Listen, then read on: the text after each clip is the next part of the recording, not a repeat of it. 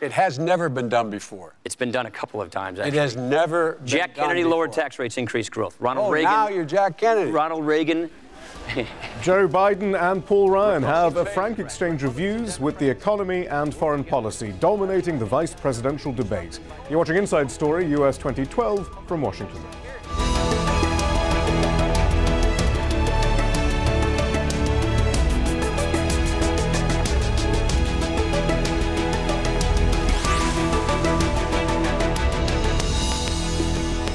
Hello, I'm Shihab Ratansi. There was added interest for this year's vice presidential debate after the widely perceived poor performance of Barack Obama in Denver. The pressure was on the incumbent, Joe Biden, to regain momentum for the Democratic ticket. And Mitt Romney's pick, Paul Ryan, could expect to come under intense scrutiny over his controversial budget plan to slash government spending. And joining me to analyse some of the highlights of the debate, Ryan Grimm from the Huffington Post. Foreign policy, a major part of the debate. The debate began with foreign policy. Here's what was said about Iran. Let's take a look at where we've come from. When Barack Obama was elected, they had enough fissile material, nuclear material, to make one bomb. Now they have enough for 5. They're racing toward a nuclear weapon. They're 4 years closer toward a nuclear weapons capability. We've had 4 different sanctions to the UN on Iran, 3 from the Bush administration, 1 here, and the only reason we got it is because Russia watered it down and prevented the sanctions from hitting the central bank. Mitt Romney proposed these sanctions in 2007. In Congress, I've been fighting for these sanctions since 2009. The administration was blocking us every step of the way.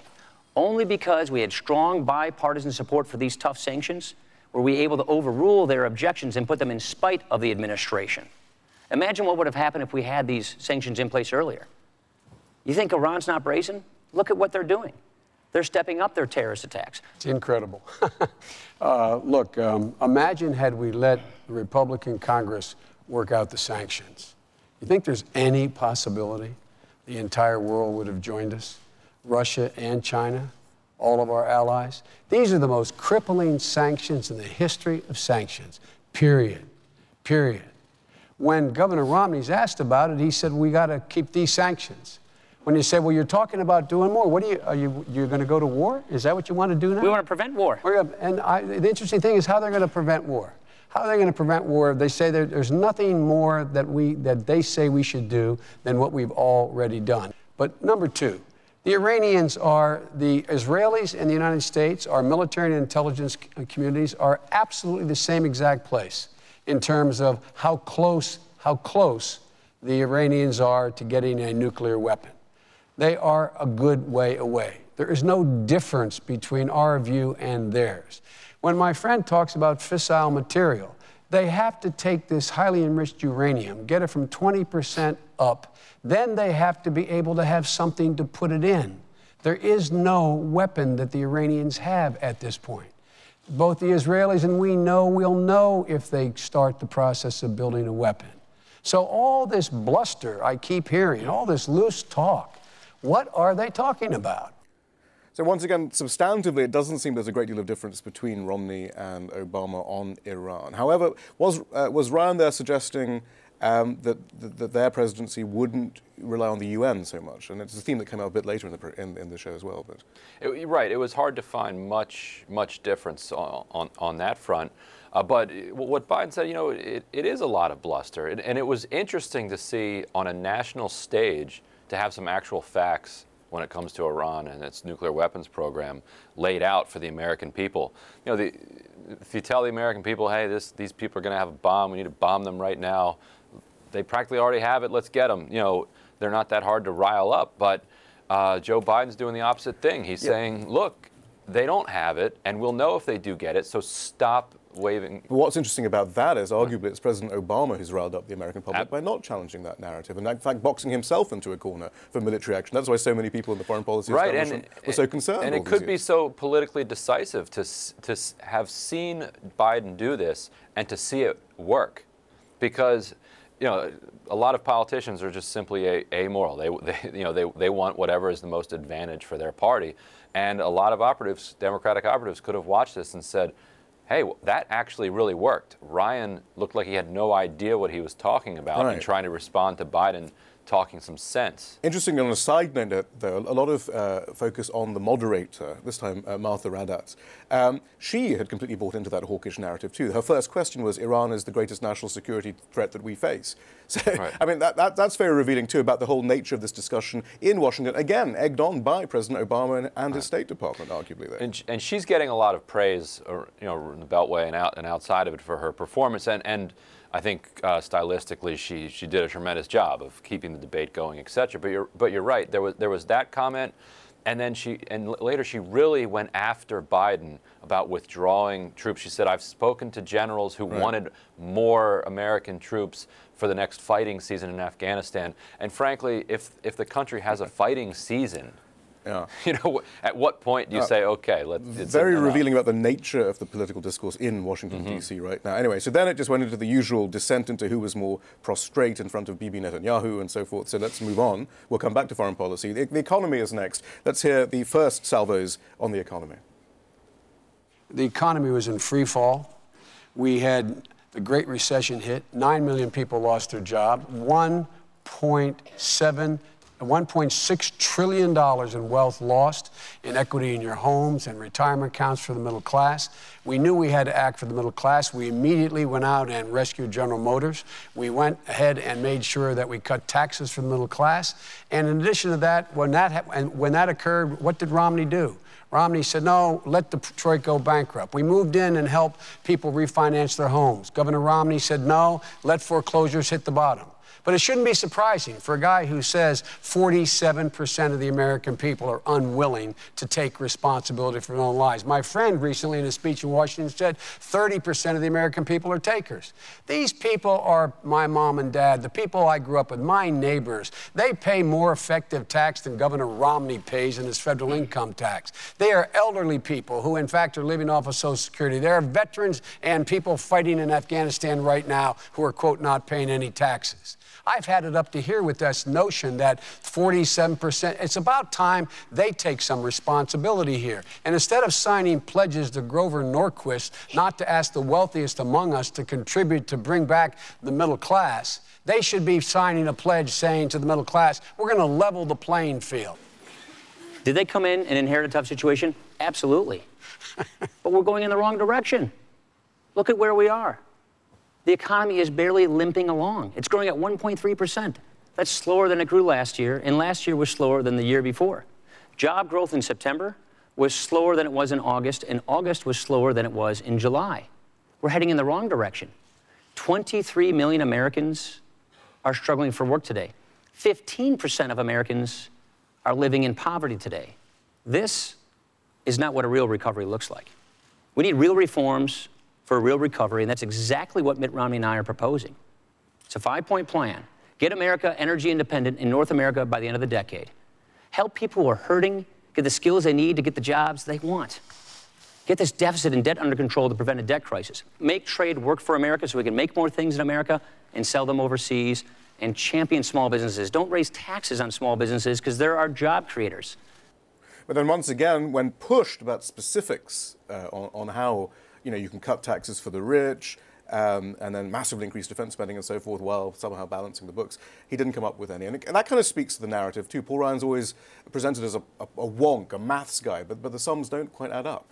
No, and he actually uses this wonkishness to kind of to mask what is a very basic kind of ideology. It's, there's nothing that complicated about it.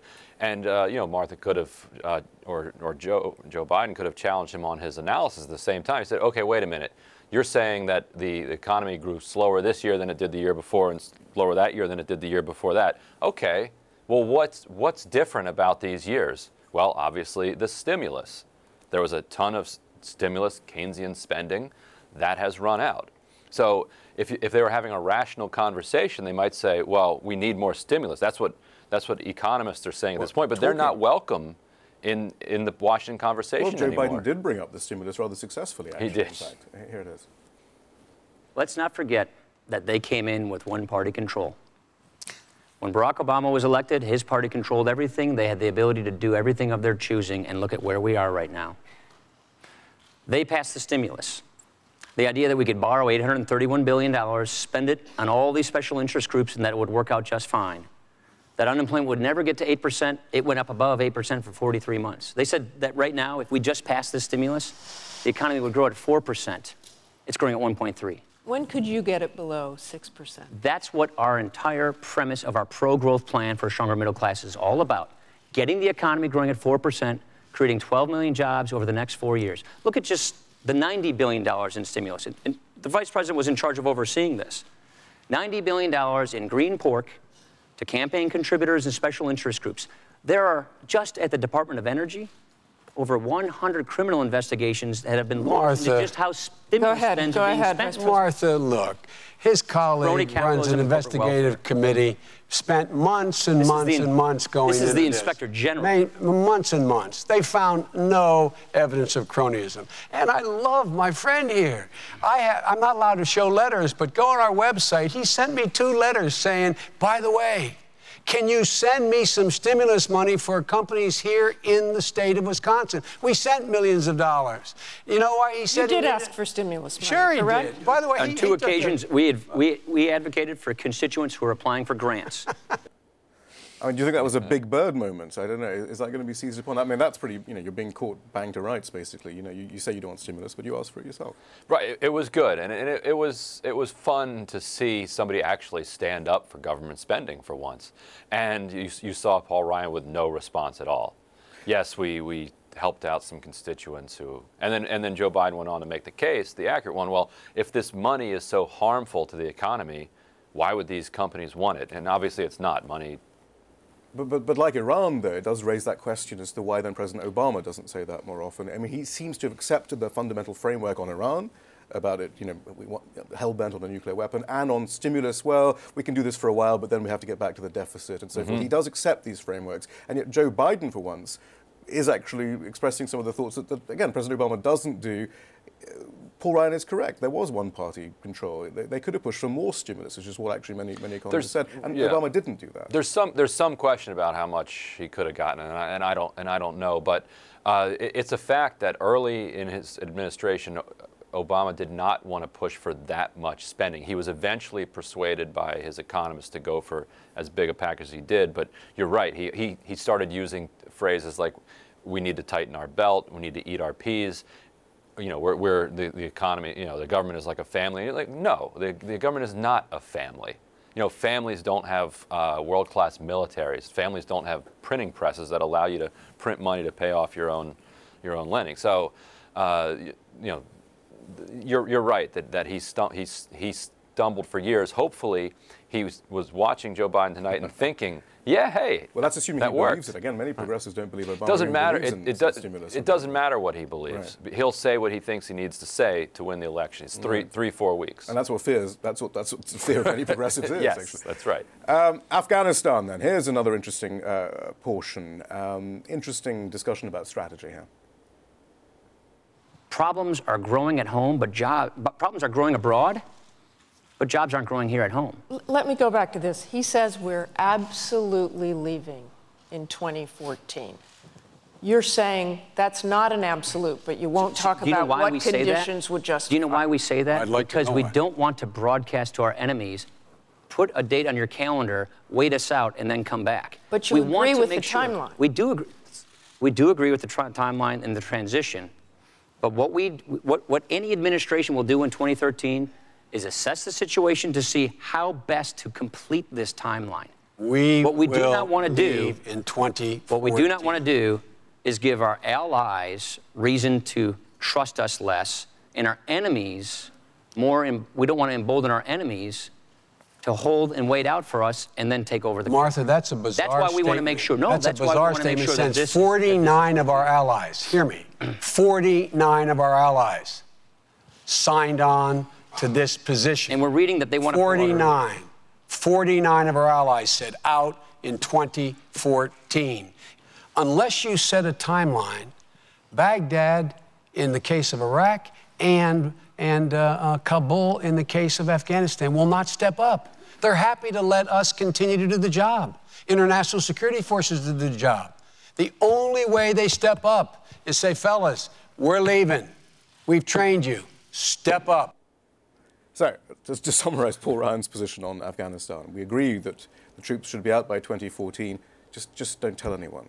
Right. So what are they going to? Are they going to sneak out one day? Like just on Friday, all the troops are there, and then on Saturday they go to wake them up, and all the beds are empty.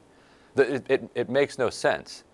And the other assumption in there is that, okay, if you tell them that we're going to leave in 2014, they'll go away and then they'll come back. So the alternative is, okay, we're going to leave in 2014, but the next 18 months, we want to shoot as many people as possible and be shot at as much as possible when we've already said we're going to leave. I mean, none of that makes any sense. But while we're not making sense, Joe Biden might as well go ahead and say that we're going to turn it over to the Afghans, which, we know that they're not. I mean, that's the point. The Obama administration is very weak on this, and yet he can't be challenged because there's such broad agreement on both. Right. The surge was a failure. Right, and the notion that the Afghan army is going to take over is the fig leaf that they need domestically to say that we're leaving, because you don't want to tell the American people we're leaving and the Taliban will be running it next week. You want to be able to say something else is going to happen between now and that possibility. So I mean, this idea, though, I mean, that's the phrase that Joe Biden used consistently. Well, it's time for the Afghans to stand up. Right. I mean, no one really believes that's going to happen, do they? I mean, but people want to believe it, and so that's how they can justify in their minds that they're leaving, that the United States is leaving. Interestingly, the moderator did ask a very good question, which wasn't answered, which was, okay, well then if things aren't working now, why don't we leave sooner? Why does it have to be 2014? But again, because of that broad consensus of both Republican and Democrat, that's not even an issue. That was a brilliant question, and I was glad to see it asked on a national stage. Like, if this and if that and if that, why don't we leave? Why don't we leave? Why 2014? Like, how many more people need to die before we leave in 2014? What positive is going to happen between now and then? I mean, if we haven't done it in 11 years, what's going to happen in the next year? But as we're looking for differences in foreign policy between Romney-Ryan and Obama-Biden, there's very little substantive. But is it, increasingly we're getting a sense it's not so much anything substantive, it's about how that foreign policy appears. They feel it's not appearing to be Americanly exceptional enough. While we're killing people with drones and strangling Iran's economy and so forth, we should be appearing to be more forthright. Is that perhaps the main difference there? I think the main difference is who they feel responsible to. Obama and Biden feel somewhat responsible to the center and a little bit to the center left, which has some restraining effect, whereas Romney-Ryan would not. They would feel more responsible to the Tea Party, kind of Randian, aggressive. Dan Senor, a lot of these Bush foreign policy folks are Romney's foreign advisors. These people who you think would have been run out of foreign policy are coming back. I think Jeremy Scahill, I know, who comes on here sometimes, has said, yes, Obama's record is horrible, but man, you should see the advisors that Romney will bring. One of the main advisors, John Bolton, who of course famously said you could knock half of the UN building or destroy it and there'd be no difference. And that is interesting because they did talk about Syria, and we had this interesting exchange. What would my friend do differently? If you notice, he never answers the question. No, we would not be going through the UN on all of these things. You don't go through the UN. We are in the process now and have been for months in making sure that help, humanitarian aid, as well as other aid and training is getting to those forces that we believe, the Turks believe, the Jordanians believe, the Saudis believe are the free forces inside of Syria. Interestingly, there's some consensus that you don't go through the UN in issues like this. The question was whether, I mean, earlier on, we had Ryan saying, well, we had to wait for Russia to get sanctions on Iran. Mm-hmm. We wouldn't go through the UN on Syria. I mean, is he suggesting that more go it alone, more overtly illegal wars, basically, or is it again just rhetoric? Who knows? No, I think that's right. I mean, that's kind of the neoconservative idea that the United States is showing weakness if it acts anything but alone.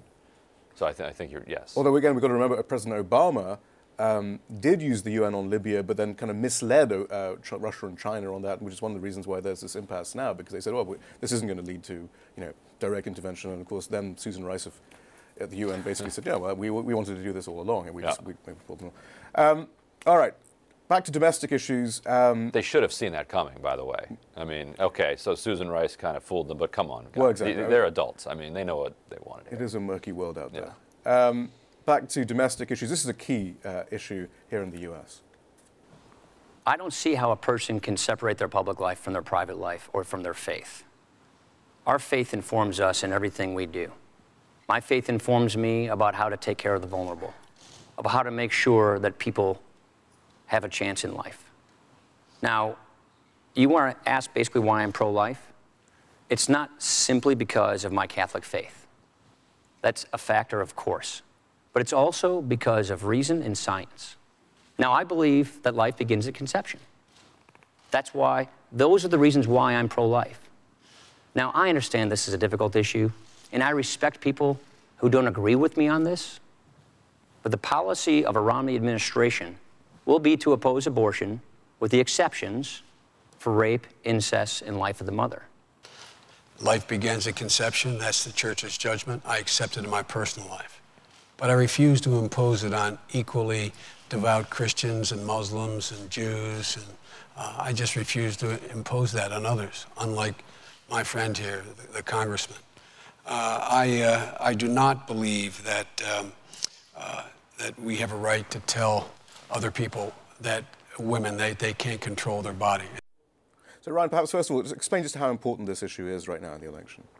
Well, one of the things that hurt Obama the most last week was that there was a big swing of women away from him and towards Romney. Obama needs to win women big in order to win the White House, because Romney and Republicans have had an advantage with men the last several cycles, and they're going to have it for the foreseeable future. So it's that the coalition they need is a big one with women, and there was nothing said about women in the last debate, and partly as a result of Obama's terrible performance and Romney's good performance, they moved away from him. So they need to win women back. This could end up being a big deal. You had Paul Ryan out there making a vigorous case that abortion should be banned, and that's something that a lot of people thought was settled.